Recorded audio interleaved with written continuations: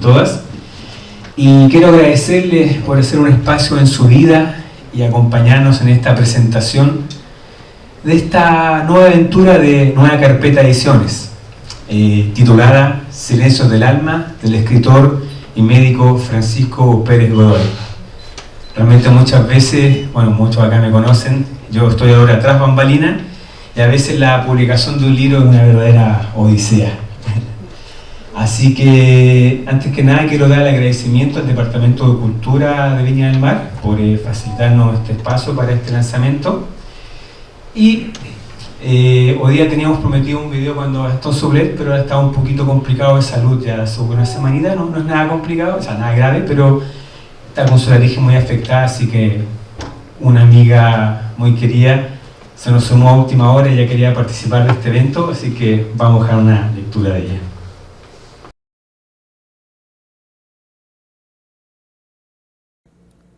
Hola, buenas tardes a todas y todos los asistentes a esta presentación. Pero antes que nada, quiero agradecer la invitación a este evento tan especial para ti, Francisco Pérez Godoy. Muchas felicidades por este nuevo libro que estás presentando, Silencios del Alma, una compilación profunda de prosa lírica que a mí me tiene cautivada y que deseo de corazón que tus letras cundan por toda Latinoamérica. Y bueno, sin más, voy a proceder a leerles una de estas prosas que a mí me fascina. Espero la disfruten. Se llama Padre. La última vez que vi a mi padre, lo recuerdo en el andén al abordar el último vagón. Caminaba a paso lento pero decidido hacia la puerta de hierro. El abrigo largo, doblado en el antebrazo y una pequeña valija en su diestra. Su sombrero, inclinado hacia atrás, permitía ver sus facciones con aire sereno. Algo templaba su complexión en ese momento. Una tenue luz resaltaba su labrada frente y sus ojos, color miel con tinte verde, parecía otear a lo lejos. Al posarse en la pisadera, giró para darme una mirada final. Entonces ondeó un maquinal adiós con gesto casi inánime, alzando la mano, como si ésta no obedeciera sus órdenes. Trepó el vagón y lo observé de costado a través del cristal que ondulaba ligeramente su figura, distorsión que me hacía desconocer su faz y cotidiano gesto de labios finos que no se separaban al sonreír. Ya no volvería a mirar hacia mí. Todo dicho, todo hecho, al menos aquello que el tiempo y las circunstancias permitieron. El ruidoso chillido de la locomotora ahuyentó mis cavilaciones cuando el vacilante movimiento del tren se tornó firme. La bruma del olvido, del soplo de vida que me diera, se hizo también aquel día testigo del amor de padre, para observar cómo se desvanecía el último de los vagones en la tenue luz del recuerdo que me acompañará por siempre. No puedo evitar dar no sé, mi corazón se acongoja con este poema desde la primera vez que lo leí y después de esta lectura. Ella es María Alejandra González, de Venezuela. Después de esta lectura estoy conteniendo las lágrimas. Es muy difícil pensar si no nos damos el tiempo para leer. Bajo esta premisa les voy a leer un pequeño extracto de un libro de don Gastón Sublet. Todo acontecer se rige por la ley de causa y efecto y por la ley de analogía. La primera aporta la explicación mecánica del hecho por el agente inmediato que lo provoca. La segunda aporta el contexto horizontal de todas las resonancias que armonizan analógicamente con el hecho, allende las fronteras del espacio y del tiempo, y dan razón de él mejor que toda explicación. Cuando se vive en un mundo puramente causal, la ciudad humana expulsa como cuerpos extraños a su cuerpo la poesía y el misterio. La verdad se hace vertical y absoluta, se clava en el suelo como un poste. Pero la ley de analogía no es el invento de nadie. El hombre nace con la aptitud para entender al mundo por analogía. Pero con el correr de los años, esa actitud se atrofia en el plano consciente y se refugia en los sueños. Por ley de analogía, se aproximan cosas que en apariencia son en todo diferentes. Los que tienen la aptitud de manejar bien esta ley, entonces descubren la semejanza oculta que esas cosas pueden tener, empezando por la simultaneidad. Cosas diferentes que se pueden asemejar solo en el hecho de haber compartido en un suceso el mismo instante. El que las evoca puede que tal vez no sepa por qué ha ocurrido eso, pero una observación atenta le hará descubrir luego que hay algo así como un patrón narrativo inconsciente que le permitió referirse a lo distante y próximo en los mismos términos. Ley de analogía, facultad del ser humano. Y quizás esta ley de analogía o esta analogía de entender el mundo nos da la posibilidad de tener una visión más integrada de la vida. De los muchos videos que circulan de Don Gastón por la red, hay uno que llamó mi atención, en la cual Don Gastón postula de que la tragedia del ser humano hoy en día es la desnaturalización. Desnaturalización, con las graves consecuencias que esto trae para nuestra especie, como lo es el desarraigo de nuestros instintos naturales.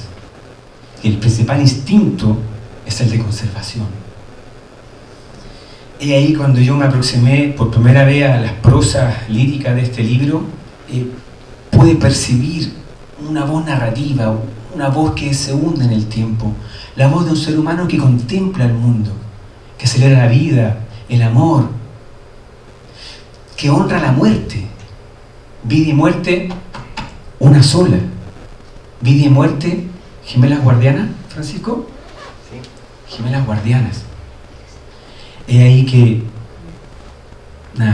esa voz quedó grabada y por eso que metimos con este libro. Y sin ningún preámbulo más, dejo con ustedes al señor Luis Sandoval, quien va a presentar a Francisco Pérez Godoy. Un aplauso, por favor, para él.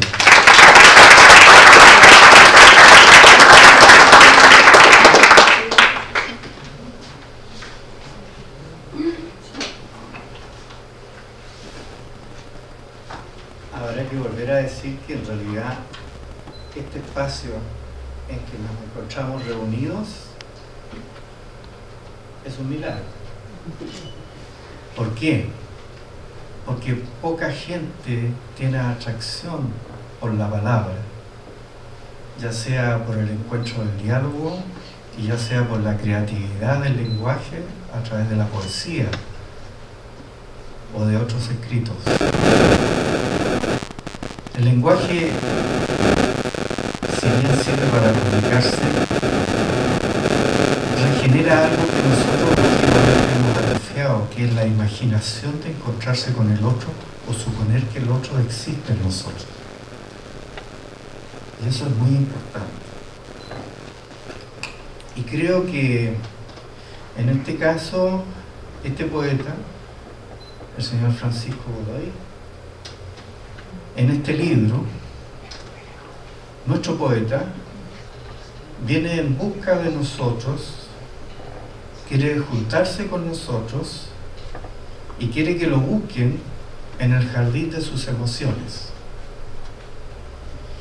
Quiere encontrarnos como personas y sin máscaras, desarrollando una verdad creativa, no ideológica ni religiosa, y menos macroeconómica, pero sí en una ecología de acercarse a la naturaleza como un significante núcleo que nos da y otorga el sentido común. Él utiliza diversas expresiones como un trampolín para acercarse al lector, que corresponden a experiencias profesionales o simplemente de las emociones.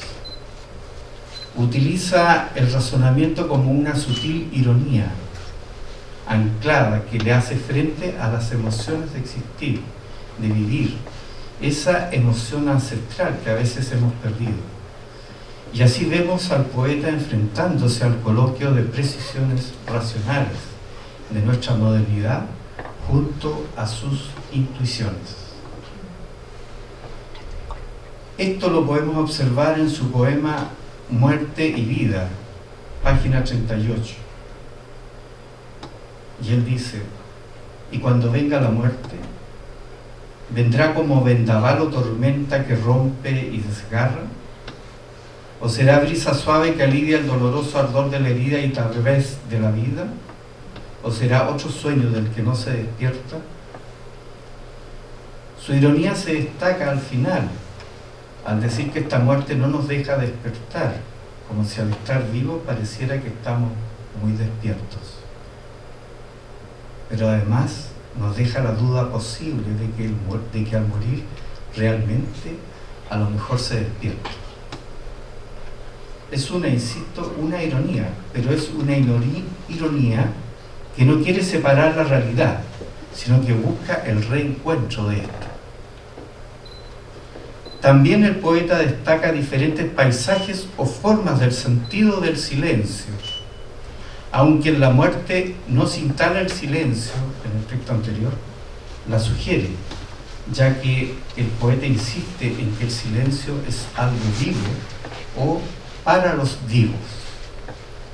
Sus primeros textos nos sugieren la respiración del lenguaje a través del sentido del silencio, y para dejarlo claro nos insiste con dos poemas. El primero es Silencio y el segundo Silencio 2. Si bien son silencios amatorios, el silencio se instala definitivamente cuando el poeta nos confiesa, abro comillas, ya nada se escucha, solo se advierte el insaciable y omnívoro ruido que nos ha consumido. No sé si un día regresarás, pero en silencio esperaré, mientras aguarda en mí el suave eco del tímido aún te quiero, que naufragó con el último beso. Ahora, todo ese silencio que se fue a pique no solo incluye el roce de los cuerpos, sino que las miradas en un entorno íntimo y también social. No solo el lugar amatorio es un silencio, es el cuerpo y la ciudad, como otro cuerpo. Los desconocidos son también definitivamente un volumen más del silencio. Pero en Silencio 2 es el silencio no de la tristeza ni de la pérdida, es el silencio de la complicidad de la pareja, de los que hacen del silencio la complicidad del poder amatorio y desafiante y pleno de valentía, ya que el ruido de los otros ha quedado afuera. No solo para encontrarse en la intimidad, sino que socialmente indicar su integridad bajo el amparo de la naturaleza que dan señales, signos, rastros de compañía, abro comillas. Dejo que la brisa suave y el viento impetuoso hablen. Soy la sombra que dejan las palabras. Existo solo por ausencia y la inánime inmovilidad del aire. Ahora, cierra comillas, ahora decir que existe solo por ausencia es la seguridad absoluta de que el otro ser amado siente que está a su lado permanentemente, mismo si él no está. Y en eso queda claro también en el último verso: cuando nada más haya que decir, allí estaré contigo. Allí estaré contigo. Es la promesa profunda del buen amor, pero no solo eso, es el tiempo que él traspasa cuando envejecen las parejas, las que las aleja de su juventud, y en donde ya no hay nada más que decir o alguna enfermedad que impide al otro comunicarse. El poeta dice que allí estaré. Quiero destacar esta verdad definitiva que indica el poeta. y la gracia de la poesía en él. Cuando nada más haya que decir, allí estaré contigo. Se continúan otros poemas a posterior como Intimidad, Nada y Silencio, Ausencia y Solo. El autor se involucra por escuchar ese silencio que ayuda y que nos ayuda a todas y todos, que él llama ese silencio, abro comillas, el organismo afiatado, cierra comillas, abre comillas, y en plenas facultades, cierra comillas. Porque, claro, ese silencio al que él alude es porque el poeta ya está maduro para comprender ese silencio. En este caso el poeta, para identificarse consigo mismo y fundirse en la complicidad de su humanidad hacia el prójimo y lo próximo. Él interroga al presente con ese tímido beso que nos ahoga, inmediatamente con el último beso, como si el amor fuera una brisa tan delicada que pareciera naufragar por nuestros deseos, Pero siempre el poeta insiste en estar, allí estaré contigo, dejándonos esa puerta invisible que queda iluminada para esas fantasmales e imprevisibles realidades cotidianas. Destaco de nuevo el allí estaré contigo. Es también como una trompeta de juicio final, no solo para el ser amado e íntimo de nuestra alma, sino que a todo hacia aquel que el poeta descubre como espejo de amor. Y la puerta está iluminada para esas fantasmales cotidianidades. En su poema Torre de Babel nos obliga a deshacernos de alguna coraza, pues cada verdad que nos plantea es como un poema solo, como un haiku que al comienzo dice, abro comillas, creo en la palabra desnuda, esqueleto del pensamiento que busca la carne del oído, cierra comillas. Aquí el poeta se vuelve profesional. Esta verdad expresada es propia de quien sabe escuchar lo distinto al sonido que producen las palabras y los silencios y ruidos que acompañan. Este saber comprender los sonidos y las tensiones del que habla es propio del sabio o del chamán. Creer en la palabra desnuda es aprender a quitarle los adornos e intereses y egoísmos. Creer en la palabra desnuda es un oficio de nivel superior. Y quisiera destacar esto. No es por nada que el poeta aquí presente, sentado y rodeado de su público, de su familia y amigos, ha dicho creer en la palabra desnuda. Es posible que ninguno de ustedes lo sepa. Quizás lo sepa Francisco Pérez Godoy.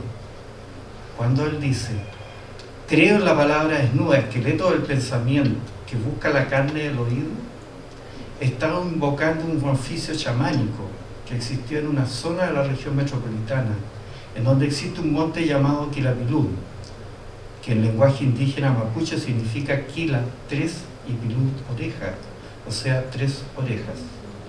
Pero el monte Tres Orejas era el lugar de las invocaciones en donde las familias chamánicas que venían de todos los lugares se juntaban y esperaban que estos sacerdotes a la orilla del monte Tres Orejas tradujeran los mandatos celestes para la tierra.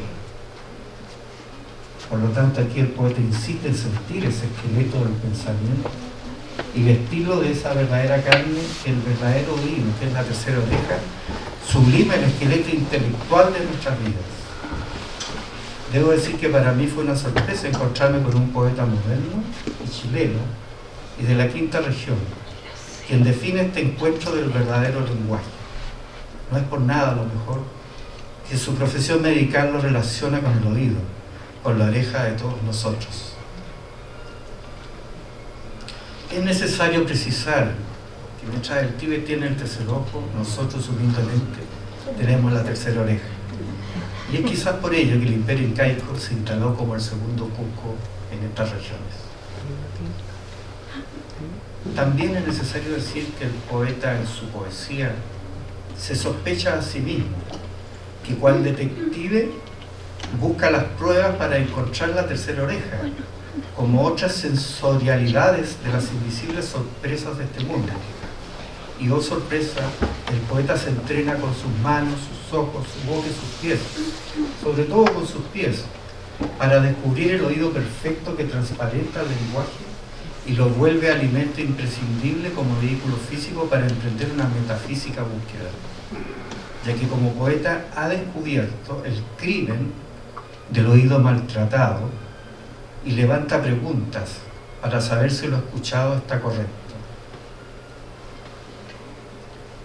Para sacar conclusiones, como el poema Fulgor, página 43, en donde dice acerca del amor, abro comillas, amor que encanta y emboba, y que se desliza luego como una rabia madura pero esperanzadora en voz de mujer, página 44, en donde dice también que si bien el amor es parte de nosotros, él plantea también lo contrario de eso, y dice: creíamos el infierno un lugar lejano del que estábamos a salvo. Y en que al final del poema nos vuelve a insistir en lo evidente para el poeta, que dice sobre estas reflexiones que él hace: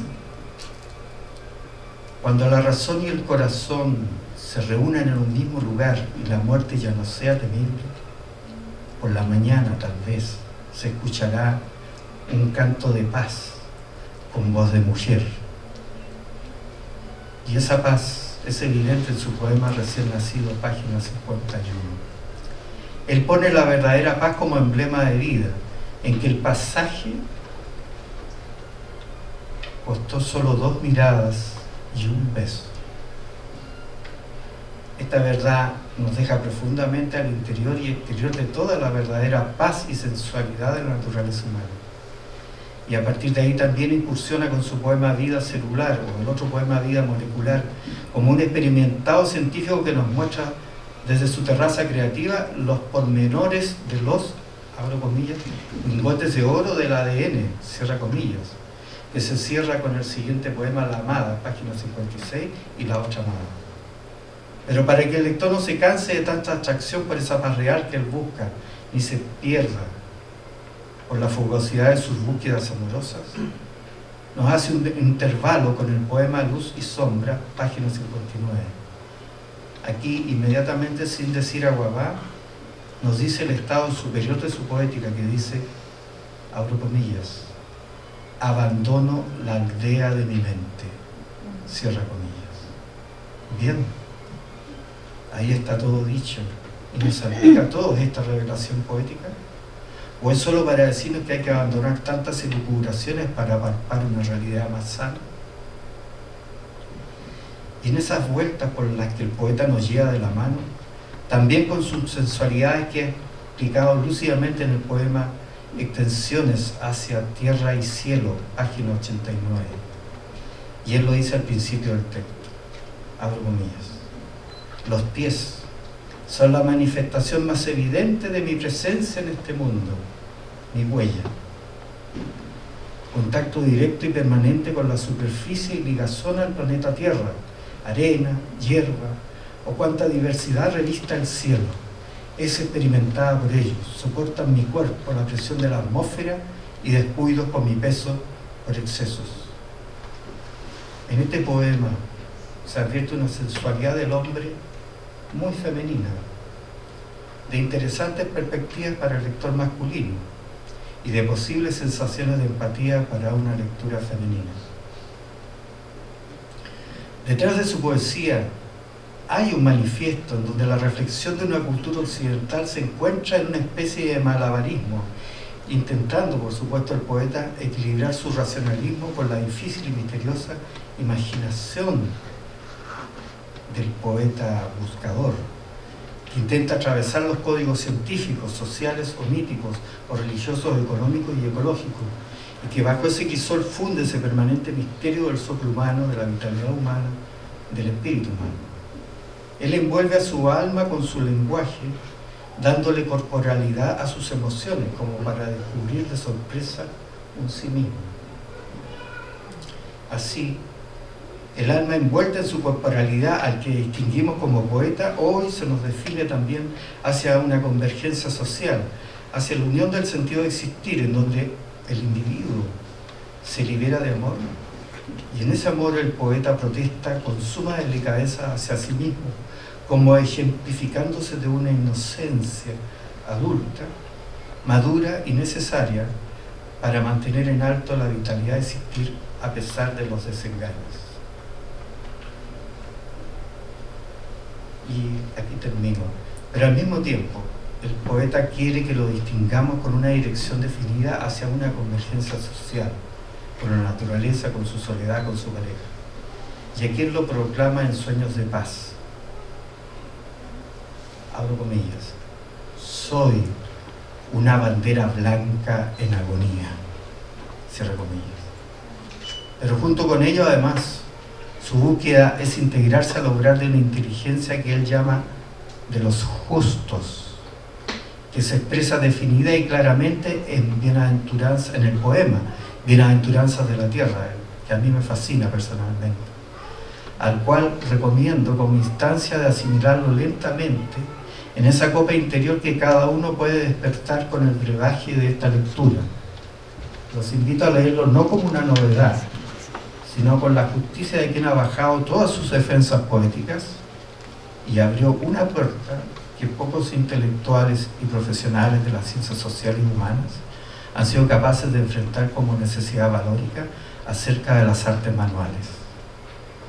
Pero que aquí se resalta con una valentía desconocida hasta ahora en la poesía urbana y del mundo intelectual profesional universitario.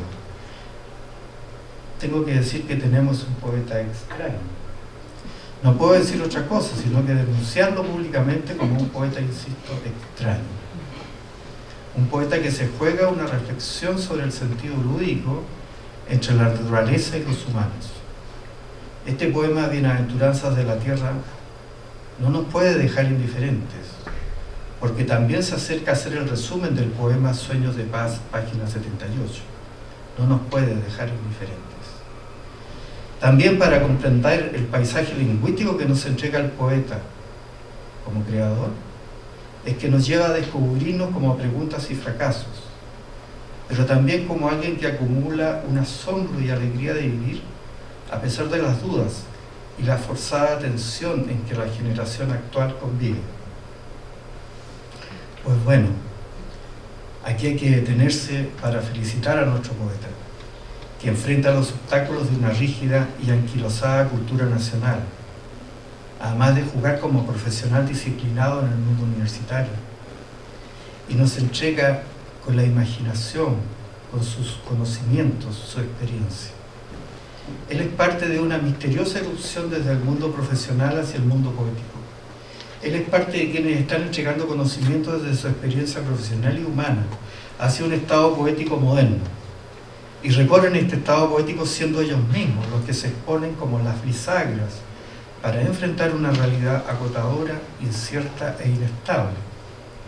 Pero, y que el poeta en este caso, el autor Francisco Pérez Godoy, nos entrega como una ofrenda. Como parte de este público en forma individual y personal, le agradezco al poeta su esfuerzo por entregarnos diferentes herramientas para hacernos escuchar, ya sea a través del oído menor o mayor, y resaltar los sonidos del lenguaje para afinar esa escucha, y que pone sobre la mesa el máximo de prismas no solo literarios, racionales y de experiencia médica, para sostenernos e involucrarnos en su propuesta. Por ello su poesía tiene una diplomacia alegre, una pasión y una explicación lo más cercana posible, no solo para entender o entenderse como humanidad, sino para integrarse al sentido de la naturaleza. Por ello su propuesta y su mirada es desde la ventana del que quiere soltar a veces las amarras del conocimiento occidental e intenta a través de algunas referencias del mundo mítico cruzar las aguas hacia las orillas apenas visibles del mundo original que se despierta en el poeta y su primavera interior, para sostener invisible, pero mágicamente, fronteras que estabilizan el desequilibrio humano. Gracias.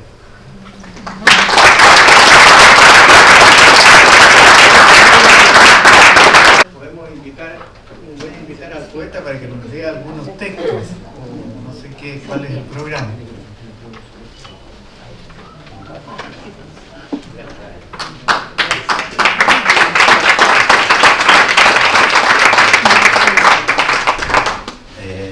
Bueno, primero que todo, muchas gracias a todos ustedes, amables, gentiles, amorosos asistentes. Como dijo Luis primero, este es un milagro porque en realidad reunirse en un momento en que uno podría estar en otra cosa, en su casa, más cómodo, el cafecito, el tecito, un poquito de frío, y tomarse la molestia de desplazarse, ¿no es cierto?, tomando un vector distinto del que nos llevaba a la cocina o al dormitorio, y salir por esa puerta y teletransportarnos acá, y ya en presencia, no Zoom, no llamadas WhatsApp, ¿no es cierto?, aquí sin temor al virus, aunque está vivito y coleando, pero anda medio escondido. Entonces lo primero es agradecer la cálida presencia, ¿ya? Por todas las personas, por mi familia, mi señora, mis amigos, Juan, esta tremenda clase que nos acaba de dar Luis Sandoval. Yo no sabía que había escrito todo eso en realidad, estoy absolutamente sorprendido. Es una revelación, voy a tener que leer de nuevo el libro. Pero creo que es como un champollion, parece, ¿ah? Busca y encuentra donde quizá ese es el sentido último de escribir, porque quizá la verdad mayor reside en la interpretación del interior de cada uno de los lectores, y eso es muy bonito porque es una dinámica, es un ir y venir, y no es simplemente un viaje sin retorno, ¿ya? Debo decir que más de alguien me ha preguntado, a ver, cuando dices tú eres escritor, por Dios, yo siento así, trágame tierra, ¿dónde me escondo como un escritor? Porque para cualquier ser humano, si escritor dice, ah, sí, mira, anda aquí a la que leo, sí, mira, ahí están mis libros, ah, no, aquí ponte tú en la feria, libro. Y cuando un escritor le dicen, ¿dónde están tus libros? Bueno, lo tengo aquí, o sea, es como un poco vergonzoso, ¿sí? Mira, y además lo tengo que vender, me gustaría regalarlo. Entonces es una serie de emociones muy contrahechas, pero bueno, sí, uno escribe y se llama escritor o como se llame, Bart Levy, el escribiente que me regaló Juan, ¿no es cierto?, de este gran autor de Moby Dick. Bueno, el asunto es que escribo más o menos desde el 2007. Primero salieron cuentos, después una novela corta, pero de repente hicieron irrupción estas pequeñas cosas que parece que hacían ruido, eran como un prurito interno, y en ratos incidentales, accidentales, en ratos robados al quehacer y al ocio, en el celular empiezo a escribir algunas de estas cosas y después las mando al correo y después las reúno, y finalmente terminé pasándole a Juan Silva en junio del año pasado un texto como con 190 páginas, y me dijo, ah, mire, es harto esto, ya, veamos qué se puede hacer con esto. Después hicimos una primera selección, no diría que como la fruta, primera, segunda y tercera, pero primera selección por adecuación o por tono, y después vino un texto que, bueno, por ventura pude presentárselo al maestro Gastón Sublet, que tiene tantos títulos que en realidad preferiría llamarlo solamente maestro, con quien tomé contacto desde hace poco más de un año en Limache, por intermedio de las presentaciones múltiples que le hace en la Fundación Lumbre, comentarista de cine, a través de los seminarios que ha impartido, y que ahora tenía uno pendiente, está un poquito enfermo, por eso no pudo presencialmente, aunque fuese en video, estar acá. Pero bueno, él tuvo la gentileza de revisar este texto, lo revisó, podría decir, exhaustivamente, y él dio una mirada muy escrutadora, hizo correcciones, sugerencias, pero con un respeto único para alguien tan autorizado. Me decía, mira, es solo una sugerencia. Y yo me reía nada más, gracias por la sugerencia. Y había escrito de puño y letra en el impreso que yo le presté. Y me aconsejó reducirlo, y bueno, esta es la forma definitiva en que quedó este texto, ¿ya? Que que en realidad le dimos vuelta con Juan, me decía, ¿y cómo le va a poner al libro? Y había silencio, vida, vacío, tiempo, pero decantó por Silencios del Alma, y que creo que es un nombre bastante feliz, porque reúne dos cosas que son muy necesarias, el silencio para el alma y el alma para el silencio. Voy a leer ahora 2 o 3 cositas para no aburrirlo y darle continuación al resto de la presentación.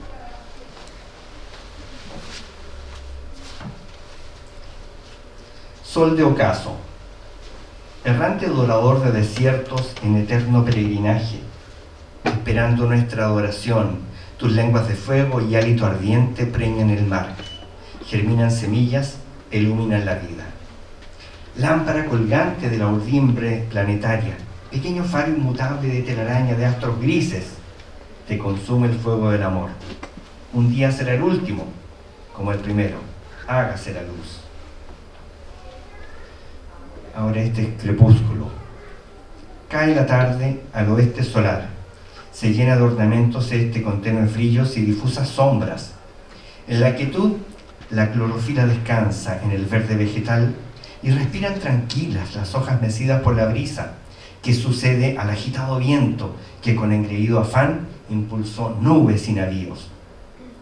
No es ausencia de sol la oscuridad, es ella misma, de astólica sustancia de amor, que con paletas de grises y pinceles de ensoñación nos prepara el amanecer, al que apenas rozará con sus largos dedos de nubes multicolores, nueva sistólica claridad y afán de cada día.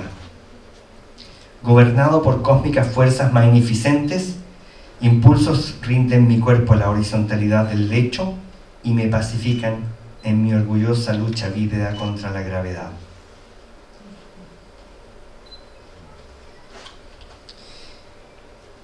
Y voy a cerrar esta breve lectura mía con Torre de Babel, que ya mencionó Luis Sandoval.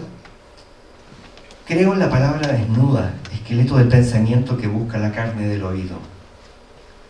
Dudo que la lengua traduzca siempre bien al pensamiento, mas creo que sibilina a veces ella actúa por su cuenta. Creo, sin embargo, que cuando besa, la lengua se entrega por entera al devaneo del placer y cuenta su verdad. Dudo de lo que como, pero no de lo que desecha mi cuerpo. Creo en lo justo, pero no en la justicia. En la virtud, pero no en la ley. Creo que no es posible no creer. Muchas gracias.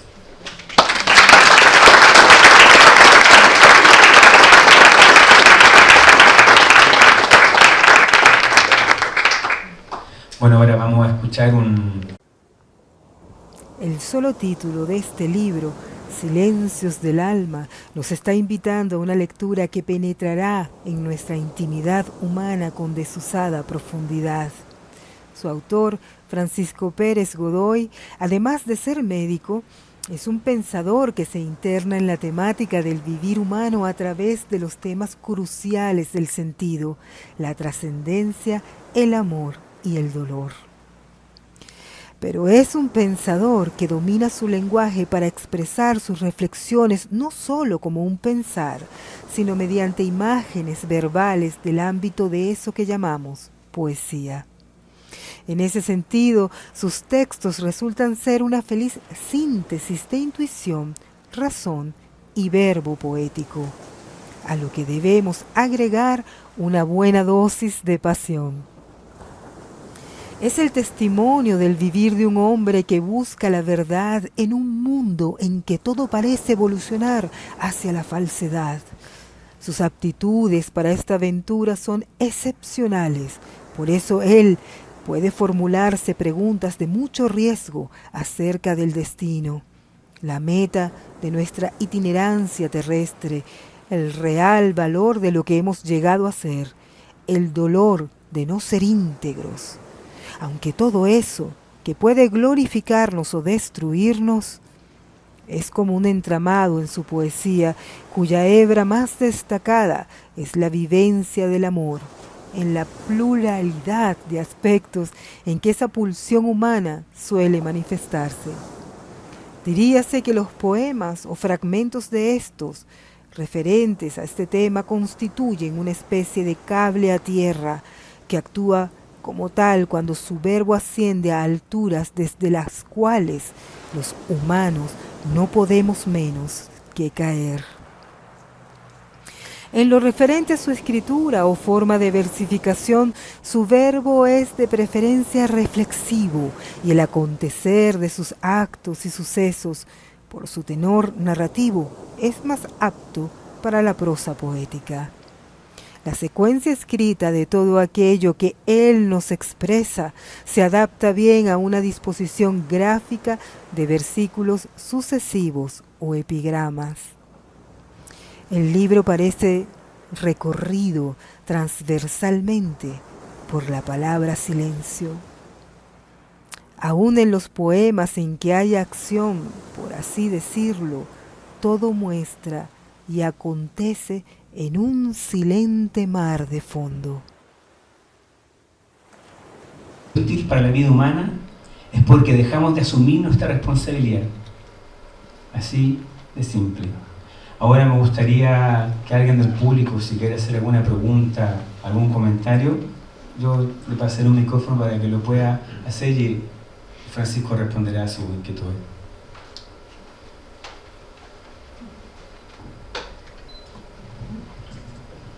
¿Alguien que quiera hacer alguna pregunta? ¿Algún comentario, alguna acotación? Vamos por ahí.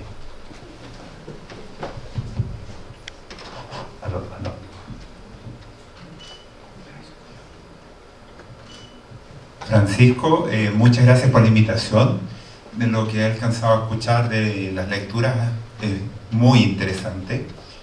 Y te quiero hacer una pregunta que tiene que ver con los miedos. El punto en que tus escritos salen del celular y los vas recopilando, en algún momento te imaginas que pueden llegar a ser libros. ¿Qué te hace romper el miedo de tenerlo en el celular para que pase a ser un libro? Gracias, Cristian. Los políticos. Agradezco que me hayas hecho esa pregunta. No, desde el momento en que algo se presenta, ¿no es cierto?, en la mente y que se hace a veces insostenible, insoportable, ya, déjame tranquilo, ya escribo las 5, 8, 10 líneas, ciertamente que no es algo que pueda desechar. Lo guardo y es como se hacía antiguamente en el campo, dejar en barbecho la patillita, la dejas plantada ahí donde hay un poquito de agua y dejas que tome fuerza. Quizá se va a pasmar, se va a secar, pero quizá agarra fuerza y raíces y va, esa cuestión prendió, ya. Y así pasa con uno, otro y otro. Es cierto que el miedo cruza transversalmente nuestra existencia. Comenzamos nuestra existencia como cosas divididas, una célula por aquí y otra cosa por acá, y nada nos guía solo el hecho de que la vida tiene su propia fuerza y se encuentra en una célula, en un espacio totalmente tortuoso, en donde es más fácil perderse que encontrarse con otro, y que van y se atraen como si fueran magnéticos y ¡pum! Un nuevo génesis, un nuevo Big Bang personal. Y no tuvimos miedo de andar en la oscuridad. No éramos íntegros, después fuimos íntegros. Y somos parte y nacemos de un choque, de una colisión, de un evento violento, en que hay una unión, en que hay una violencia innata, pero que es una violencia constructiva, una violencia creativa. El primer miedo. Y después rodar por estas cosas sin saber si nos vamos a despeñar o si vamos a quedar ahí, si vamos a asentar. Y asentamos y nos empezamos a dividir y tendríamos miedo, y a partir de ese miedo, de esas células, de esas 4, 8, 12, siempre puede salir algo mal, pero siempre puede salir también algo bien. Entonces estamos siempre con la moneda, ¿no es cierto?, cara o sello, o con la carta, ¿sacaré la carta precisa o no?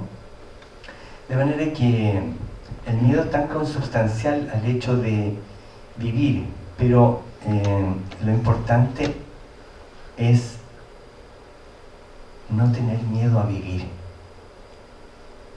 porque morir es nuestro destino. ¿Por qué tener miedo a morir? quizá antes de lo debido, pero ¿cuándo va a ser lo debido?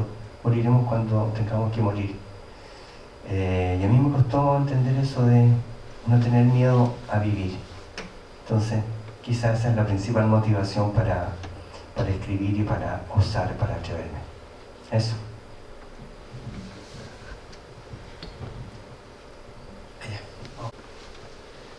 Hola Francisco. Hola Patricia. ¿Cómo estás? Muy bien, gracias. Qué bueno. Francisco, quisiera preguntarte esa transformación, metáfora de la parábola de los sinópticos del Sermón de la Montaña, que aparece en el texto y que tú la resignificas. ¿Cuál es la densidad de esa resignificación de esa parábola, donde Jesús determina, digamos, el paradigma de lo que significa ser cristiano? ¿Cómo haces esa resignificación, esa nueva semántica, esa nueva gramatología respecto a ese texto? Ya, gracias.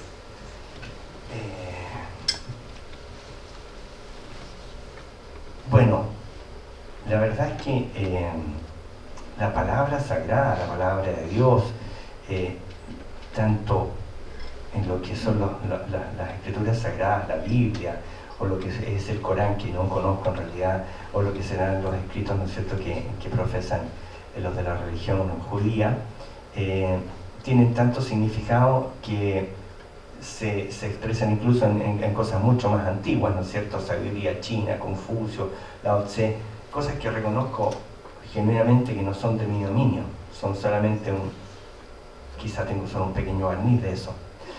Pero específicamente el Sermón de la Montaña siempre me ha llamado la atención, ese decálogo, y en un momento yo te diría, la motivación es, tal como tú dices, una resignificación, una relectura, una búsqueda de un sentido. Si bien hay algo permanente en el decálogo del Sermón de la Montaña, necesariamente se requiere de ciertos acomodos, porque la vida con el prisma actual se mira distinto de lo que se miraba en ese tiempo, aunque el hombre y su alma siguen siendo exactamente lo mismo, cambian solamente los accesorios que llevamos puestos encima, el calzado, el reloj, el celular, la forma en que, ¿no es cierto?, nos desplazamos y nos movemos. Pero yo diría que lo que hace emergencia en ese contexto es la visualización de un apocalipsis, ¿no es cierto?, de una mirada apocalíptica que sale de, ¿y cuánto irá a durar esto? Ya, 2000 años, 4000, 5000. Sabemos que en 5000 millones de años el Sol se va a agotar, la estufa se apaga, se acaba, eso es definitivo. Saldrá mañana en las noticias, ¿ya? Pero antes que apague en 5000 millones de años, hay cosas que están pendientes, cosas que tenemos que hacer, y eso involucra tantas cosas. Quizá la primera motivación es la urgencia climática. Tantos dudan, tantos creen, sin embargo todos lo sufren. Cuando escuchamos que se congelaron unos mares y murieron los tiburones congelados, dije yo, ¡oh, Dios mío, los tiburones! ¿Por qué tienen que morir congelados? Los congelamos cuando se pescan y se meten al refrigerador, pero ahora están en su casa, y algo los congeló en su propia casa, en el mar. Y cuando vemos que hace unos años murieron 10.000, 15.000 o 20.000 en Europa, ¿y qué pasó como si hubiera sido, hubo calor, estuvo caluroso, sí? Y cuando alguien viajó a Europa este año y hubo 47 grados y más de alguien se murió, se deshidrató, ¿seremos responsables de algo o será una glaciación y una desglaciación normal? Y creo que eso me motivó, por una parte eso, pero por otra parte te diría, quizá como se podría colegir de ensayos sobre la ceguera de Saramago, esa ceguera continua, esa ceguera y esa sordera que en el libro magistral de José Saramago nos pone ciegos y efectivamente estamos ciegos y estamos sordos y seguimos creyendo, sí, él tiene un poco de razón, pero yo tengo más razón y yo actúo así porque creo que yo en definitiva voy a prevalecer y tengo más verdad. Y a lo mejor por ahí está el esqueleto, ¿no es cierto?, de la palabra, que tiene que encontrar la carne en el oído, y los tintes que tiene, ¿no es cierto?, este decálogo de la bienaventuranza de la tierra, es en el fondo encontrarnos nosotros como tierra, nosotros como tierra misma, nosotros como sustancia. Todo lo que es mi cuerpo, tu cuerpo y el cuerpo de cada uno de nosotros, y esta pantalla y estas ondas electromagnéticas, nada vino de otra parte sino que de este suelo. Y si no lo respetamos, si no lo amamos, si no volvemos a estar en comunión con eso, como decía por ahí Luis, hemos perdido la conexión. Y decimos, Houston, tenemos un problema, no sabemos, entonces nos tienen que dar las coordenadas. Y bueno, si cosas como las que escribe el maestro Gastón Sublet, si una pequeña contribución como esta que pretende hacer mi pequeña poesía y la de tantas otras personas que aportan lo suyo, creo que es un deber ético, moral con nosotros y con la tierra. En relación a lo que dice acá su compañero, ¿cómo juegan estos personajes, el poeta con el médico? ¿De qué manera cotidianamente dialogan? Porque son dos seres que se contactan con la vida desde dos ángulos, ¿cierto? Uno desde la medicina, y el otro desde el aire, desde el alma, desde... ¿Cómo es que dialogan en usted? Gracias, Susana. Sí, creo que es un diálogo íntimo, es una situación de una convivencia y de una connivencia que siempre ha existido y que de repente, de pronto, en algún momento se hizo evidente y se establece este pasaje, este pasadizo. Es como, no sé, el lóbulo, hemisferio derecho y hemisferio izquierdo del cerebro, y transitan por aquí para allá, por el puente. Entonces uno dice, ¿qué va llevando para allá? No, y el desayuno, ya, oye, yo te llevo el tecito después, oye, aquí. Entonces hay una servicialidad, hay un espíritu de colaboración, quizá hay una duplicidad de roles, pero hay una suplencia, hay un auxilio. Cuando uno dice, estoy cansado, ¿sabes qué? Ya, no, pero espérate un ratito, mira ese pajarito allá afuera, voló, qué precioso, ya. Oye, te trajiste un poquito, ya, sigue con esto ahora, ya, viene el próximo paciente, y te dice, menos mal que tenéis paciente, porque si no, ¿cómo vais a imprimir libro? No, tienes razón, ya, sigue dándole, ya, vamos, eso. Entonces, entre materia y espíritu hay una conexión, hay una especie de tic, tic, tic, tic, tic, una especie de punto de contacto que es como un morse o es como un telegrama, y que va fundiendo toda esta argamasa, estas emociones, esta experiencia, que incluyen sin duda la admiración, la impresionabilidad de cada día ver delante a una persona que puede llegar con una cosa tan simple que no escucho, y uno le saca un bendito tapón de cerumen y el paciente queda fascinado, y uno dice, si no hice casi nada, pero el paciente te lo agradece de una forma y después te envía a otro que tiene lo mismo y es la mejor publicidad, y de repente tienes que decirle a otro paciente, no, sabes que no tenías nada de cerumen, pero no me va a hacer un lavadito. No, tienes un problema mucho más profundo. Y viene ahí esa compasión, esa conmiseración, porque el punto clave y crítico es decir, ¿y si yo me cambio de silla? ¿Y si me estuviera pasando a mí? ¿Podría tener la entereza de decirle a este paciente, no te preocupes, si mira, es probable que te mejores? A lo mejor estaría deshecho, si fuera bien honesto. Entonces, en ese diálogo yo creo que hay una bonita transacción y convivencia entre lo que para mí es ser médico y esta poética, si se quiere, que nace. Y felizmente pueden llevarse bien, van de la mano por la vida. Eso. Gracias a ti. En primer lugar, agradecer la invitación. Bueno, yo también soy otorrinolaringólogo, así que somos colegas con Francisco. Un poco eso me motiva a decir estas palabras. Yo, junto con agradecer, conozco a Francisco hace mucho tiempo, conozco más de 20 años por la especialidad. También estuvimos juntos en asuntos gremiales de la especialidad, pero después tuve la suerte y la aventura de conocerlo en otra beta, que es la beta de escritor.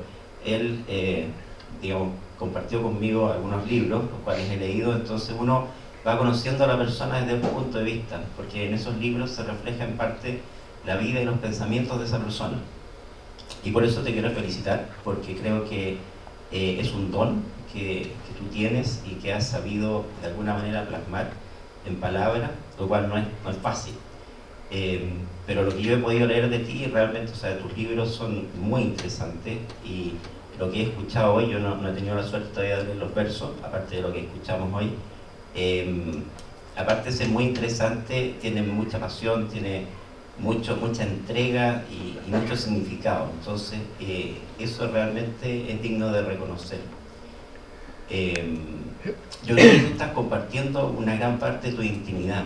Ya tú escribes, nace de ti y después lo compartes, y eso es tremendamente importante.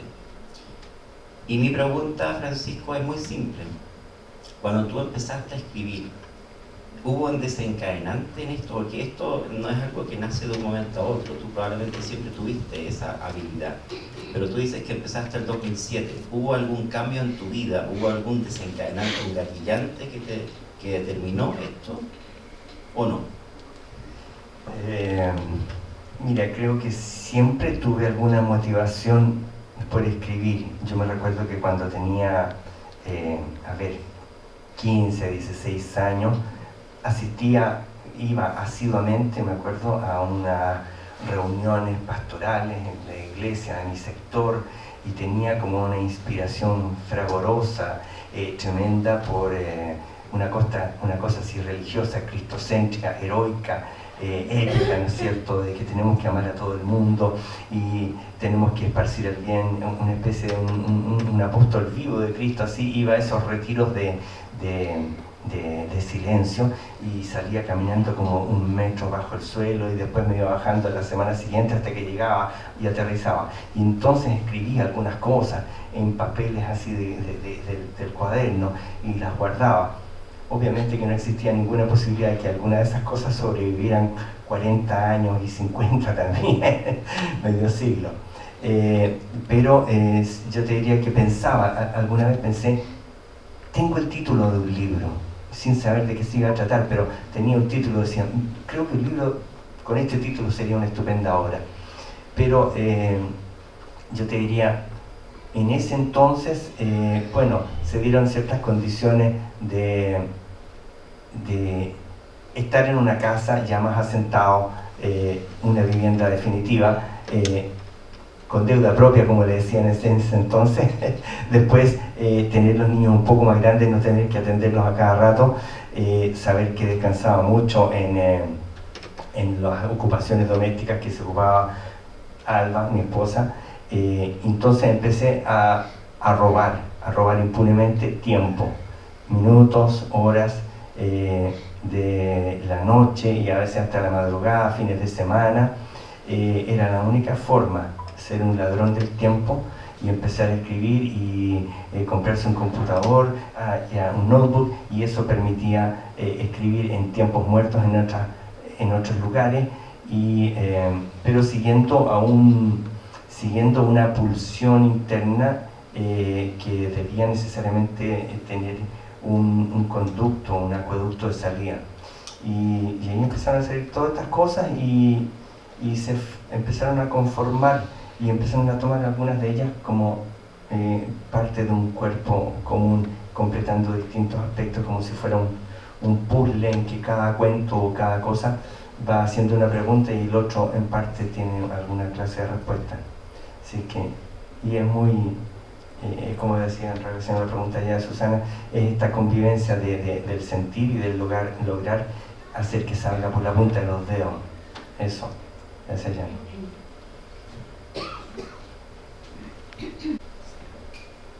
Bien, les voy a explicar.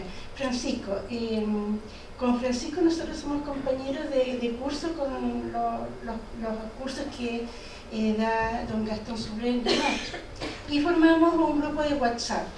Y él, como ya han dicho varios de ustedes, le gusta compartir sus pensamientos frente a determinados hechos que suceden. Uno de los hechos importantes que sucedió en el pueblo fue que se incendió una casa muy típica, antigua, llamada el ferrocarril. Se quemó y causó mucha tristeza porque era una casa emblemática, muy antigua, etc. Y compartiste tu particular forma de cómo sentiste eso desde tu punto de vista, y yo nunca se me olvidó, yo lo quiero leer. Es una cosa muy hermosa. Dice: como un enfermo que guarda en su interior, sin saberlo, la grave enfermedad que lo consumirá, llevando sus días a su fin, la vieja casona portada en sus nervaduras internas, cables, cañerías, vigas, pilares y paramentos, el germen de su autoinmolación, la casa, gran albergue de comercios, negocios, vidas y proyectos, nido de sueños, futuros y otros ya cristalizados, sufrió el embate del fuego, devorador de materia, alquimista de energía y cenizas, de quien no comprendemos su razón de ser, salvo cuando lo domesticamos. Tal vez la casa estaba cansada, deseaba ser nube, humo, polvo y cenizas, oblación de su vida de abuela de la esquina, hogar de las flores útiles y menestras. Tal vez ya habías contemplado demasiado soles a través de tus 17 ventanas y por tus 11 serviciales puertas pasaron miles en busca de lo necesario. Diste todo, ahora eres un espíritu volátil, fantasmal nube de humo que en infinita expansión eres nuestro recuerdo de tu vida surta como barco de la esquina de Prat y Urmeneta. Eso me encuentro genial. Como yo te dije, yo después te respondí, te dije cómo algo tan impactante lo transforma en bellas palabras. Qué hermoso. Muchas gracias. Muy lindo. Muchas gracias. ¿Alguna pregunta más? Para acá. Es un ser muy especial para mí, Sergio Mena. Hola, buenas tardes. Primero que todo, gracias por invitarme. Un gusto estar aquí. Quedé asombrado con los textos que pude escuchar y me llamaron dos cosas la atención. Es curioso, ¿no?, que los médicos escriban hoy en día. A mí personalmente me llama la atención. ¿Por qué? Porque uno tiende a pensar que el poeta siempre está tomado un poco más arriba, como sentimientos extraños, ¿no?, de cosas que no están.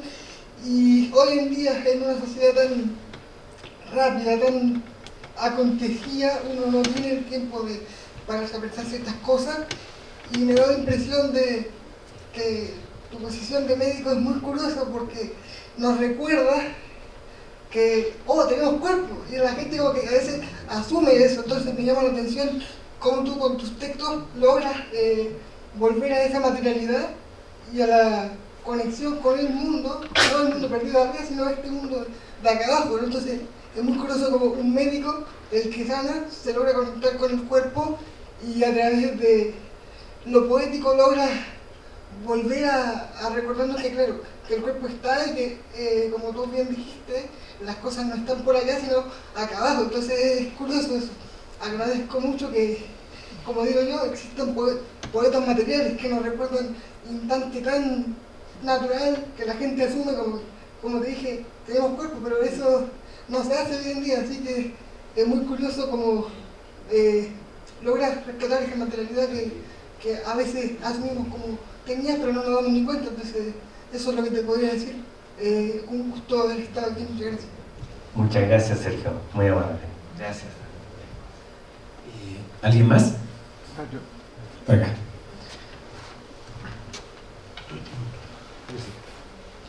No, bueno, señor Francisco, disculpe, yo no soy alguien muy del ámbito literario de leer, pero me llegó muy sorprendido que usted haya sido un doctor y que haya escrito un libro.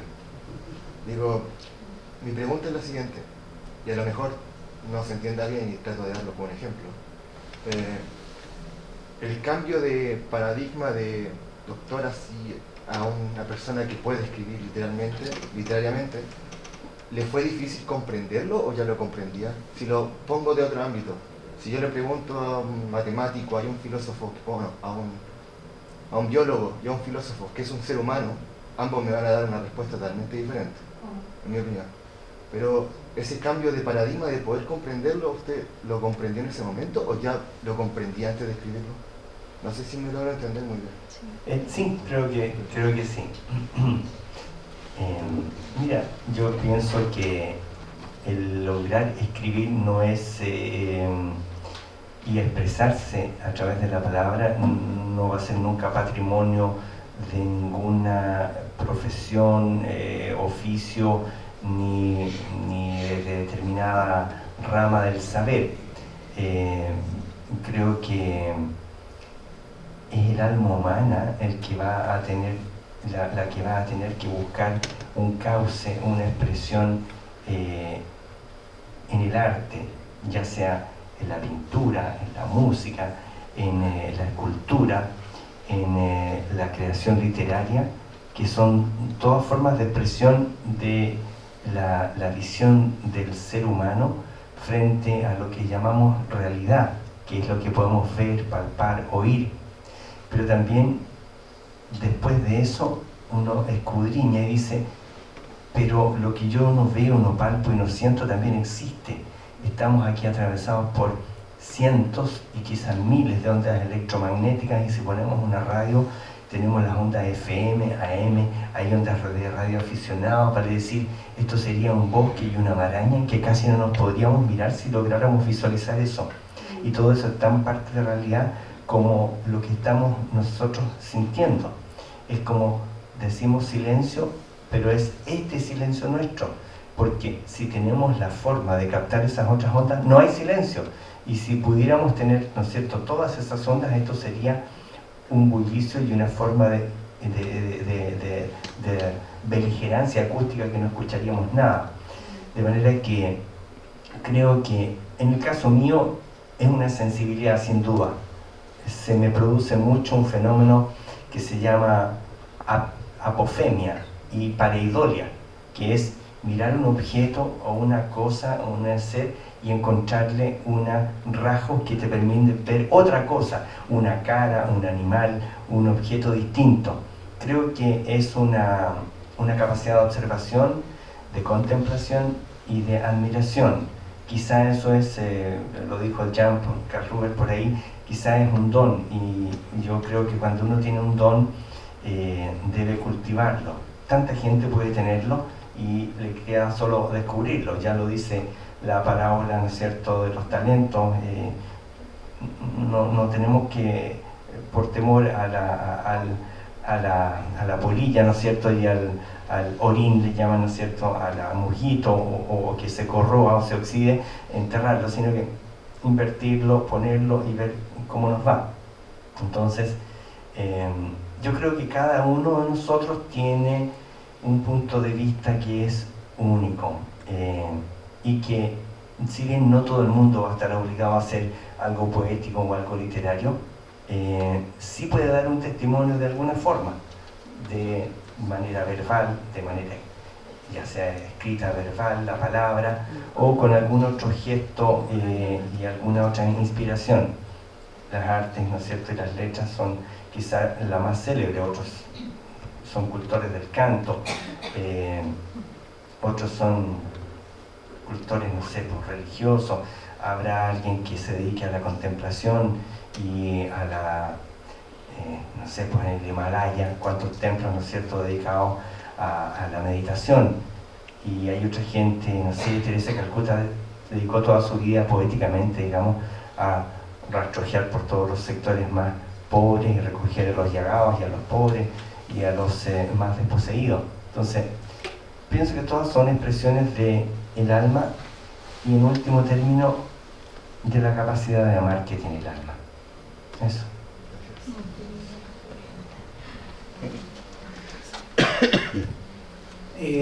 Me llamaste a una reflexión que nos hemos hecho muchas veces con mi señora psicóloga, estoy al lado de Marcela, y a la vez para interpelarte. Nosotros tenemos un concepto muy operacional del arte. Arte es la mejor forma que tenemos de sanar nuestros dolores. Te dejo eso ahí, Pancho, para que pienses en los tuyos. Gracias. Buena definición operacional.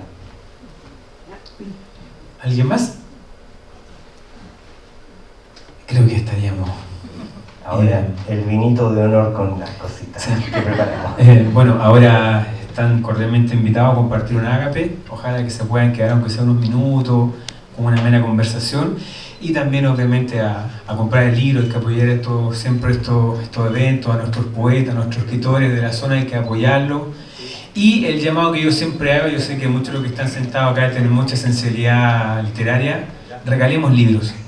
Dejemos a los niños, a nuestros padres, a nuestros amigos, regalemos libros. Estamos en un mundo que yo creo que tiene una cantidad de libros como nunca antes lo ha tenido, pero nos falta lectura, nos falta mucha lectura. Y de alguna otra forma en la lectura, en la narración, vamos escuchando un poco nuestra voz interior y quizás desde ahí podamos entendernos con los otros.